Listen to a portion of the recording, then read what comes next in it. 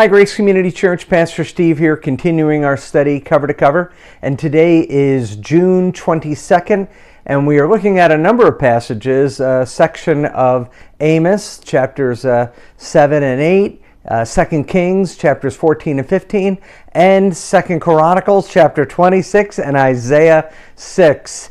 Today we have a wide variety of things that are taking place. It starts with Amos having a various set of visions. They're interesting. There's a threat of fire. There's a threat of locusts. There's a talk of a basket of ripe fruit because Israel is ripe for judgment.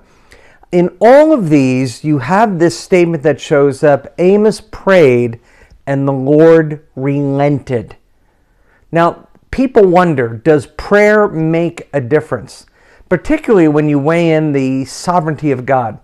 And this passage would lead us to conclude, pray on. Do indeed pray, because according to this passage, God is moved by our prayers. What is the direct understanding of how that all wraps up? I can't begin to tell you. It's kind of above my pay grade. But I do know that prayer makes a difference. So what are the sins of the people that keep coming up? Is it that they're not having enough religious festivals? Is it that they're not doing enough sacrifices? No, it always comes up to the same thing. They rob the poor, they trample the needy, they cheat the helpless.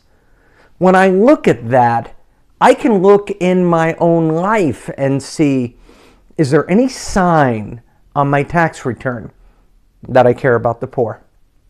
Is there any sign in my lifestyle? Well, I stopped the car once and opened a window and gave a homeless person $2. I did that maybe twice this year. Can I challenge you all that there should be evidence in our lives of caring for the poor? One of the ways that Michelle and I do this is to support Children Through World Vision. I believe we have 5 kids right now to the tune of around $40, $50 a month. And I say that because it's on automatic payment. I'm just saying, God loves the poor. We should have some evidence in our lives of caring about it. Now, in Amos chapter 8, we see a description of the sun will go down at noontime and all this powerful language. What we are seeing is, in Hebrew poetic literature, a theophany.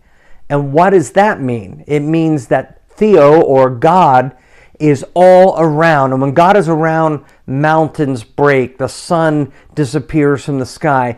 It's using poetic language for the presence of God, in this case, in judgment. As we move on, we go through a series of kings, and we hear about this guy, Menahem, who is a king of northern Israel. And it looks like the Assyrians, who is this massive power near them, are about to sweep in, but they basically pay off the Assyrians with tons of silver, and they are spared. The year is 752, but let me tell you, the days of the end of the Assyrians are coming soon. So let me show you a few things. I have on the screen God's plumb line. This is a description from Amos chapter 7. God says, I have placed a plumb line among the people. In other words, he's measuring how they stand up. I remember the year was 1980. I am 18, 19 years old, and I saw a cartoon in Christianity Today magazine that had a plumb line come down, and all the people were standing sideways based on the plumb line. And the only caption was, uh-oh.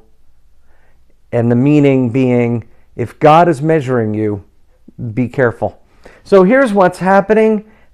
The Assyrians are poised to conquer northern Israel, sometimes called Samaria. And ultimately, this is going to happen in 722. All these prophecies are building up to that moment. Remember, I told you the deal that Menahem made was in 752 BC. We're only talking 30 years later, and the northern kingdom will be lost. So the passage ends with a look at Isaiah chapter 6. It's put there because King Uzziah dies. Beautiful passage, one of my favorites. Whom shall I send, and who will go with us, go for us? And Isaiah says, here am I, send me. I hope that's the prayer of all of us. God bless you. We see you tomorrow.